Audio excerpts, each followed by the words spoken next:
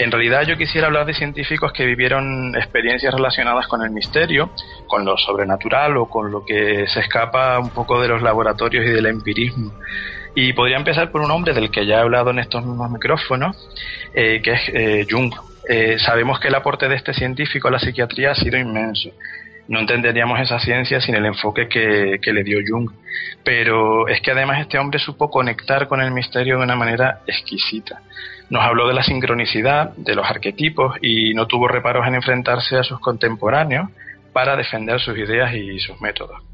Jung, Eduardo, creía que existían fenómenos que escapaban a la lógica, aunque no los consideraba mágicos o fuera de lo natural, sino que sostenía que simplemente pues no se habían estudiado o comprendido de forma correcta. Sabemos que tenía una excelente relación con Sigmund Freud, pero que discrepaban en algo. Para Freud, la religión y lo espiritual eran algo ilusorio, y para Jung, la religión era la base de una estabilidad mental, digamos. Cuando abandonamos nuestra esencia interna y rechazamos la religión, pues pueden darse desajustes, y por eso él profundizó en el trabajo diario con los mandalas, porque consideraba la conexión con lo místico, por medio de los arquetipos universales, como una manera de lograr un equilibrio entre el ser material y el espiritual, lo que él llamaba individuación, es decir, mi yo interno como parte de un todo universal, combinado con mi yo externo, mi carcasa física donde actualmente vivo. Por supuesto, Eduardo, la ciencia de la época, en su mayoría, se tomó a pitorreo todo esto, y mucho más cuando Jung quiso profundizar en cosas como la I Ching, la astrología o el tarot. Los arquetipos que se contienen en esa baraja, en el tarot, para Jung representaban todo aquello que nuestro inconsciente conoce, pero a veces nuestro consciente rechaza, y lo utilizó en sus prácticas de psicología analítica. Muchos de sus seguidores continuaron luego ese camino, pero en su momento es verdad que a Jung le costó muchísima burla y mucho descrédito. También porque era la época en la que la ciencia quizá más buscaba alejarse de los lastres de las religiones o creencias místicas. Claro, sí, es correcto, Eduardo, porque estamos hablando de la primera mitad del siglo XX, donde se potenciaba lo tecnológico, lo empírico. No tenía cabida alguien que hablara de supercherías o supuestas supercherías, y creo que nunca se le perdonó a Jung que además sus métodos fueran efectivos, que era lo mejor de todo. Era la época efectivamente de desarrollar tecnología, y ahí nos vamos a encontrar con un genio sobre el que aún hoy en día hay más luces que sombras, y que también tuvo su contacto, y bastante además, con lo misterioso. Hablo, Eduardo, del gran Nikola Tesla. Sabemos que este hombre desarrolló una serie de aparatos que fueron revolucionarios en su momento, como la corriente alterna, la bombilla sin filamento, el control remoto, que es de aquella época, o el radar, por ejemplo. También sabemos que al no registrar las patentes, muchos de sus inventos eran usurpados directamente, como ocurrió con la radio, este medio que tanto amamos, que se atribuyó durante mucho tiempo a Marconi, pero sobre la que hay incluso una sentencia que reconoce a Tesla como su verdadero inventor. Pero muchos de sus inventos pues no se llevaron a la práctica por falta de financiación, como el de propagar la energía eléctrica sin cables, aprovechando las ondas del aire, o su famoso rayo de la muerte, que podría carbonizar un objetivo en cualquier parte del planeta en apenas unos minutos. Lo cierto, Eduardo, es que la tecnología que Tesla desarrolló fue ocultada en gran parte, ya que todos los gobiernos querían, cómo no, hacerse con ella para crear armas o para protegerse de ataques enemigos, y es más que probable que ese rayo mortífero sea una de las armas secretas de cualquier superpotencia. Pero donde vamos a encontrar la verdadera cara del misterio de este genio, Eduardo, es en los papeles y diarios que a su muerte todo el mundo, incluido FBI, quiso agenciarse. Incluso, fíjate, las autoridades nazis se encargaron de destruir documentación, ya que no interesaba que se supiera hasta qué punto su tecnología se había servido de este genio. Y lo más impactante que se pudo leer en los diarios de Tesla, o al menos lo que a mí me parece lo más impactante, es que supuestamente, y según sus propias palabras, interceptó Eduardo comunicaciones de seres extraterrestres que secretamente vigilaban y controlaban a la humanidad.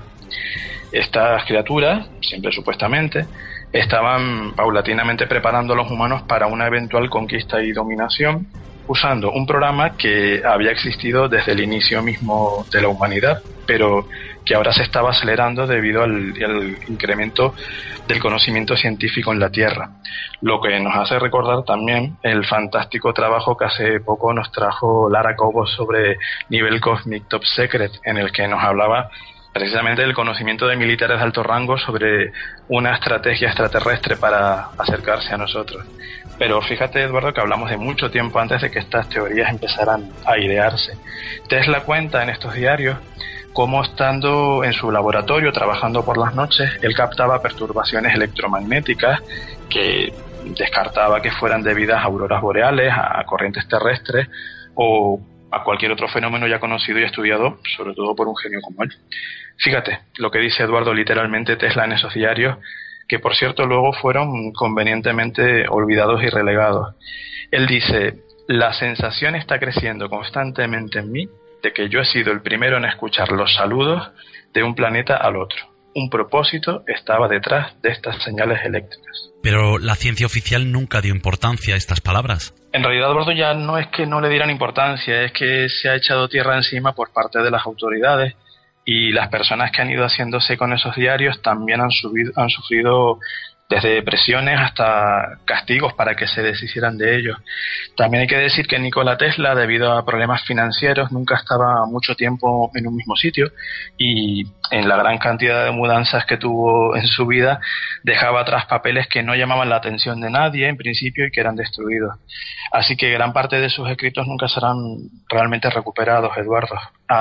Aquellos en los que se hacía mención a sus ideas sobre los extraterrestres fueron confiscados, como digo, por las autoridades, para luego empezar una campaña de descrédito, dejando a Tesla como un gran inventor, pero con problemas mentales, que es lo que se decía de él. Es verdad que era un tanto excéntrico, pero no creo que eso anule sus capacidades ni que estuviera loco al afirmar que los extraterrestres se habían interesado por nuestro planeta. Lo que le recriminaban mucho sus enemigos era su obsesión por las palomas, una de las cuales llegó a afirmar que quería esa paloma al igual que un hombre ama a una mujer, y ella también me quería a mí, me daba razones para vivir. Y bueno, puede parecer exagerado, pero los que amamos a los animales podemos entender el vínculo que se genera entre ellos y nosotros sin que haya nada sucio por en medio ni ningún desorden mental, que como te digo es lo que se acabó poniendo sobre Tesla. Exacto. Juan, ¿nadie se encargó nunca de comprobar esas teorías de Tesla? Yo supongo que a nivel secreto, desde luego que sí, seguro que sí. Además, no creo que ningún gobierno quisiera dejar pasar la oportunidad de investigar esas vías o de aprovecharse de sus invenciones tecnológicas. Pero oficialmente Nikola Tesla fue un genio al que su privilegiado cerebro le jugó una mala pasada. Suele ser el argumento típico: cuando alguien dice cosas que ponen nervioso a quien no debe, se le calza el San Benito de loco y a otra cosa. Ahora que lo dices, el estereotipo de científico loco siempre ha estado ahí. También es verdad. Y los científicos locos han existido, sí. Algunos han sido simplemente excéntricos, mientras que otros sí creo que estaban bastante mal de la cabeza o albergaban una maldad infinita, una de dos, o las dos cosas tal vez. Como el profesor Joseph Mengele, un gran cerebro, porque lo era, hay que reconocerlo, que se puso al servicio de Hitler y su obsesión por controlar el mundo y por crear una raza única aria. Lo que es cierto es que casi todos los que se han llamado científicos locos estaban algo obsesionados con una cosa, que era crear vida o modificarla. Encontramos ejemplos en Sergei Bukonenko, un científico que revolucionó la medicina y que realizó su carrera en la Rusia stalinista, sobre todo tras la Segunda Guerra Mundial. Sus métodos, Eduardo, eran bastante controvertidos, usando para ellos tanto personas como animales. Supongo que recordarás, Eduardo, esas imágenes de una cabeza de perro amputada, pero con signos de vida. Sí. Se observa cómo mueve la boca, los ojos. No quiero pararme a pensar mucho lo que puede haber sentido ese animal. Lo que pudo haber sufrido ese animal. Seguro. Otros experimentos similares fueron injertar una cabeza de perro a otro perro completo, logrando que las dos vivieran por periodos de varias horas. Todo esto, que es bastante espeluznante, la verdad, pues lo conseguía mediante una máquina que llamaba autoyector y que era al tiempo un corazón y un pulmón, y que luego revolucionaría la ciencia y la cirugía, todo hay que reconocerlo, realmente es así.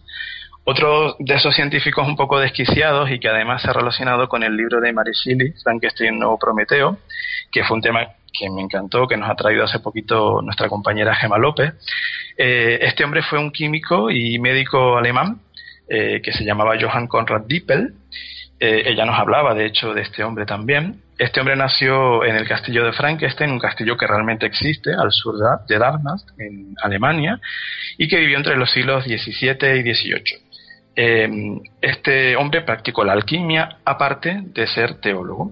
Sus experimentos con materiales explosivos se llevaron por delante una torre del castillo que tuvo que ser reconstruida, y aunque no se sabe a ciencia cierta, se dice que trabajaban experimentos con cadáveres, con el intercambio de órganos entre ellos y también entre pacientes vivitos y coleando que llegaban a su consulta, Eduardo. Y es más, dejó escritos que apuntan a que intentó algo tan surrealista, porque eso sí que lo es, surrealista, como intentar traspasar almas de unos cuerpos a otros. Así que es más que probable que haya sido el molde en el cual Mary Shelley se basará para crear ese personaje del Dr. Frankenstein, aunque es algo que realmente no se puede aseverar al 100%. Pero desde luego, como antecesor del médico ficticio, el auténtico venía al pelo, Eduardo. Sí, lo que ocurre es que, como decíamos antes, a aquellos científicos de cualquier época, pero sobre todo recientes, que se abren a pensar diferente, se les suele censurar. Sí, como le ocurrió a Jung o a esa mente tan lúcida que fue Einstein.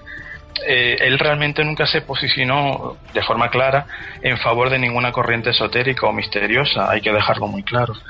Pero sí que era proclive, Eduardo, a pensar que el mundo era muy distinto a lo que hasta entonces nos habían dicho. Se suponía que existían 3 únicas dimensiones bien definidas, y entonces llega Albert Einstein a decirnos que no, que son 4 como mínimo, y que el concepto espacio-tiempo es muy relativo, puesto que va a depender de factores como la gravedad. Para él, su teoría, un gemelo en la Tierra y otro a bordo de una nave surcando el espacio, digamos, envejecerían de manera distinta. Y eso se toma pitorreo, pero es que luego se comprobó a finales de los 70 en un experimento que consistió justamente en instalar un reloj atómico de precisión exacta en un satélite norteamericano que fue puesto en órbita y que fue sincronizado con otro igual en el Laboratorio de Investigaciones Navales en Washington. Pues a la vuelta, Eduardo, del satélite a la Tierra, un año después, se comprobó que efectivamente el reloj que viajaba dentro del satélite llevaba un retraso y no estaba averiado para nada, funcionaba perfectamente y había funcionado perfectamente durante todo el viaje, pero estaba retrasado. Indudablemente ese hecho se achocó a un fallo técnico y ahí se dejó. Yo creo que no interesó reconocer la verdad porque los gobernantes verían cómo se resquebrajaba su control sobre la población, sobre todos nosotros, si se empezaba a admitir ese tipo de hechos, claro. La ciencia y los gobiernos habrán aprovechado todos los conocimientos de Einstein, dejando de lado aquello que no les interesa, que la masa supiera, ¿no? Que todos sepamos. Por supuesto, Eduardo. De hecho, a Einstein se le debe, no hay que olvidarlo, el dudoso honor del inicio de la carrera atómica, algo de lo que luego se arrepentiría. De hecho, hay un misterio alrededor de ese científico, y es cómo se le trató en Estados Unidos, donde se refugió huyendo del nazismo y cuya nacionalidad le concedieron en 1940. Es curioso, Eduardo, que fuera aclamado en los medios, que sus teorías y experimentos fueran tan laureados, cuando precisamente la mano que dominaba los medios de comunicación en ese momento eran los de la familia Rothschild, un apellido que ya desde entonces está en toda teoría conspiranoica que se precie. ¿Y por qué iba esta gente tan poderosa a apoyar y a encumbrar a Einstein?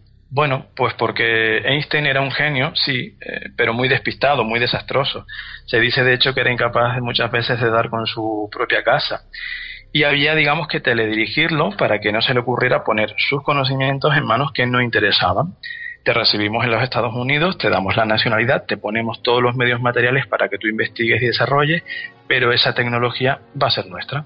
Por eso se dice que se le dio tanta cancha en contra de científicos que en realidad eran, digamos, más productivos porque presentaban muchas más pruebas o proyectos viables, como Nikola Tesla, que comentaba antes Eduardo, cuando en realidad Einstein en muchos casos no pasaba de formular teorías que eran revolucionarias, muy novedosas, pero teorías al fin y al cabo.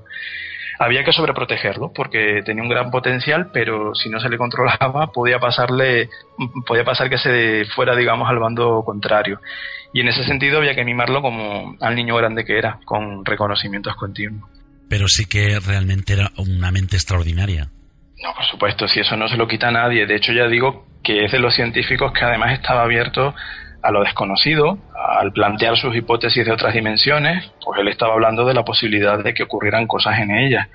Fíjate que de hecho él, Eduardo, escribió el prólogo de un libro de un autor llamado Upton Sinclair, un escritor que además tenía la capacidad de poner cosas patas arriba, como con un libro suyo llamado De la jungla, donde él revelaba cómo se producía la carne que se consumía en Estados Unidos y que hizo que hasta se reformaran leyes para hacer más seguros esos procesos. Pues este autor, Sinclair, se había casado con una mujer que supuestamente tenía dotes paranormales como telepatía y videncia, y escribió un libro llamado Radio Mental, donde hablaba de las vivencias de esta señora, de su esposa. Y mira, Eduardo, miren despiertos lo que Einstein escribió en ese prólogo. Decía: he leído el libro de Upton Sinclair con gran interés y estoy convencido de que merece la más atenta consideración no solo por parte de los legos, sino también de psicólogos profesionales. Los resultados de los experimentos telepáticos minuciosa y exhaustivamente expuestos en este libro, desde luego, van mucho más allá de lo que considera imaginable un investigador de la naturaleza.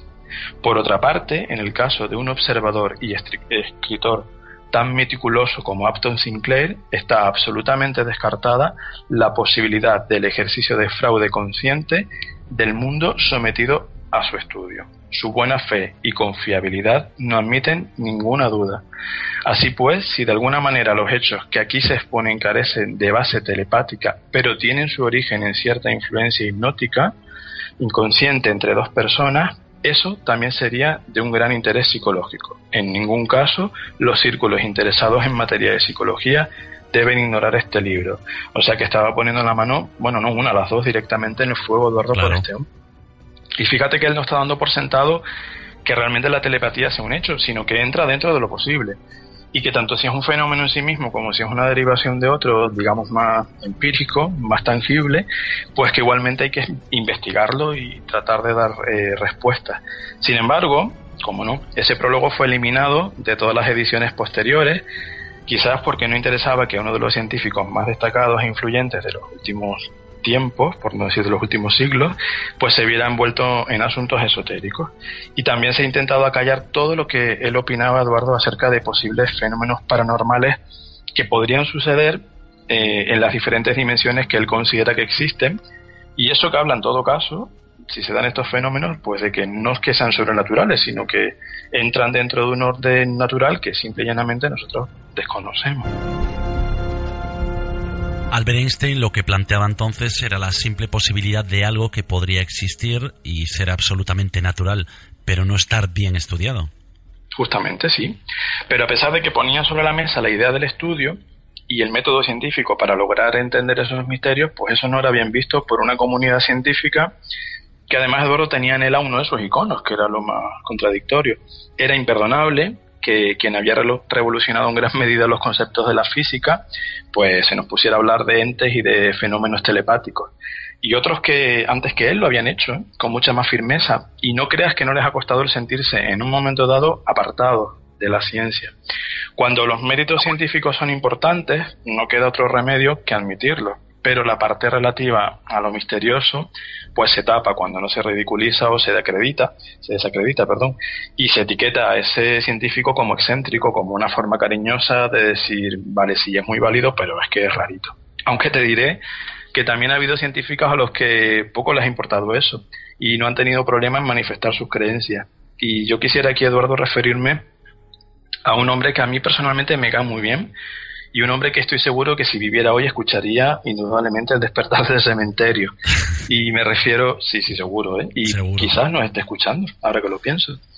Y hablo de un hombre que se llamaba Camille Flammarion, un francés que nació en el año 1842 y que desde pequeño fue eso, un auténtico despierto. Sus padres, Eduardo, eran muy pobres, pero al ver con qué facilidad el niño aprendía a leer y a escribir prácticamente solo, y al notar las cualidades intelectuales que ya estaba mostrando, decidieron que había que esforzarse por darle una educación. Y en aquellos tiempos, Eduardo, la salida todavía de muchas familias era la iglesia. Así que ahí que lo mandaron. Aunque al joven lo que realmente le apasionaba era la observación del cielo, pero no en el sentido místico, sino en el sentido físico. Él recreaba pequeños sistemas, reproducía fenómenos como los cometas con una exactitud fabulosa, pero no acabó su carrera de teología porque la familia tuvo que trasladarse de la pequeña localidad donde vivían a la gran urbe, a París. Y allí él comienza, Eduardo, a trabajar de aprendiz en un taller de grabación. Las condiciones de trabajo, la mala alimentación y sobre todo su sobreesfuerzo por estudiar horas y horas sin comer bien y sin descansar bien, pues hacen que el chico enferme. Y en una de esas sincronicidades de las que tanto hemos hablado, Eduardo, un médico que atendía gratuitamente a los pobres, pues pasa por su casa y una vez que la atiende, después de haberle ayudado, se fija en un libro que el chico tenía sobre su mesilla de noche, un libro que se llamaba Cosmogonía Universal. El médico lo ojea, muy picado por la curiosidad, y descubre un manuscrito de unas 500 páginas con ilustraciones muy precisas. Y extrañado le pregunta al chico de dónde lo ha sacado, y se queda impactado cuando Flammarion le dice, Flammarion, que ojo, Eduardo en ese momento tenía 15 años, le dice, pues doctor, lo he escrito yo. Así, tan pancho era o no era un despierto el amigo Eduardo. Como que hizo algo que otros ni con 50 años. Ni en 80 ni en 100, vamos, seguro. Sí, ni en 3 vidas que vivieran probablemente. El médico se queda tan impactado que, bueno, pues se pone a mover sus contactos para que Flammarion entre en el Observatorio de Astronomía de París, donde él se formaría con unas excelentes calificaciones y daría inicio a una carrera que le llevaría a ser pues como el Carl Sagan de la época. Pero dejando de lado su gran faceta como hombre de ciencia, a los 19 años ocurre otra sincronicidad en su vida, y es que descubre, abandonado en una galería de arte, un libro que se llamaba El libro de los espíritus, de un autor llamado Allan Kardec, que era el seudónimo de un pedagogo que tuvo, mejor dicho, el honor de ser uno de los fundadores de la corriente espírita y que escribiría además muchos otros libros profundizando en el tema. Flammarion se lee el libro, le impacta también mucho y quiso conocer a su autor y le conoció, de hecho, y así surgió pues una amistad y una colaboración alrededor de todo este tema del espiritismo, donde él aprendió a desarrollar la capacidad mediúmica y siempre, desde el punto de vista de la ciencia, publicó trabajos en los que exponía su creencia, sustentándola, Eduardo, justamente en que sus observaciones del espacio le hacían pensar que podría perfectamente existir otro tipo de vida diferente a la que ya se conocía. Su libro La pluralidad de los mundos habitados es una obra en la que él reflexiona sobre la vida en el universo y en la Tierra, pero en otras formas distintas a la física, y como buen científico, por supuesto, buscaba la comprobación de lo que creía y experimentaba en sus sesiones, y por supuesto opinaba que nada había sobrenatural, sino que la ciencia demostraría antes o después que otros planos de existencia pues son posibles. ¿Y esto repercutió en su carrera? En parte sí, porque a pesar de todos sus descubrimientos astronómicos, muchas de sus teorías eran puestas en duda porque se consideraba que su creencia espírita lo desacreditaba como científico. Lo que ocurre por otro lado, Eduardo, es que la mayor parte de su trabajo era impecable, así que sus detractores lo tenían difícil a la hora de ponerle la zancadilla. Y bueno, incluso el que había sido su mentor en el Observatorio de Astronomía, otro gran científico llamado Urbain Le Verrier, empezó a arremeter contra él, ridiculizándole en los círculos de la ciencia, dando a entender que había perdido la cabeza. Lo que había en realidad, Eduardo, era envidia, pero de la buena. Le Verrier fue un excelente astrónomo, de hecho Neptuno fue descubierto en parte gracias a él, pero su alumno le aventajaba en muchas cosas, sobre todo a la hora de escribir. Y por supuesto era mucho más joven, lo que le parecía muy ofensivo al maestro. Así todo, nadie puede cuestionar, ni podrá nunca cuestionar la calidad del trabajo científico de Flammarion. Y además no era ningún loco, planteaba sus conceptos espíritas bajo la luz de la ciencia. Y su gran trabajo, por ejemplo, sobre la cartografía de Marte, ha hecho que uno de sus cráteres lleve su nombre. O sea, que ya digo, nadie puede negar su valía, Eduardo. La mayoría de los científicos, sin embargo, pasan de puntillas sobre su otra vertiente, la del misterio, la del hombre despierto.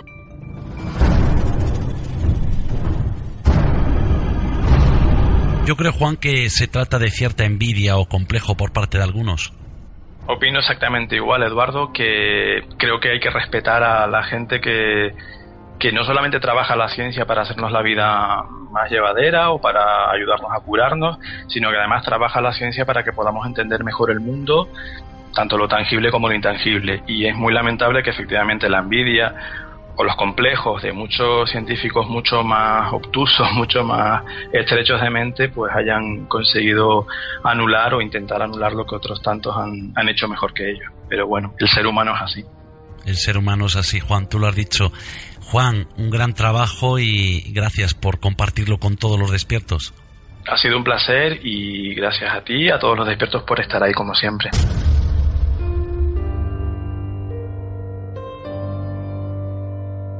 Seguimos con el programa, pero antes de pasar a nuestro siguiente tema, Nuria, estás por ahí todavía, ¿no? Hombre, claro, aquí estoy. Tú no te vas, ni con agua caliente. Yo no, y menos con unos temas como estos, claro, vamos. Claro, por eso lo digo, que quieres estar aquí escuchando y escuchando a ver qué aprendes, ¿no?, esta noche. Por supuesto, es que estamos aprendiendo y eso es algo que me encanta. ¿Tú qué crees sobre el tema que nos contó Juan esta noche? Bueno, a mí me ha parecido un temazo, tengo que decirlo, y además desde aquí quiero darle las gracias a todas esas personas, a todos esos despiertos, porque en su día han sido despiertos, y bueno, pues eso, darle las gracias por todo lo que han hecho por gente como nosotros, ¿no?, que queremos saber más, aunque los que están arriba a lo mejor no quieran que sepamos más. Estas personas han dado sus pasitos para que lleguemos a entender muchas más cosas.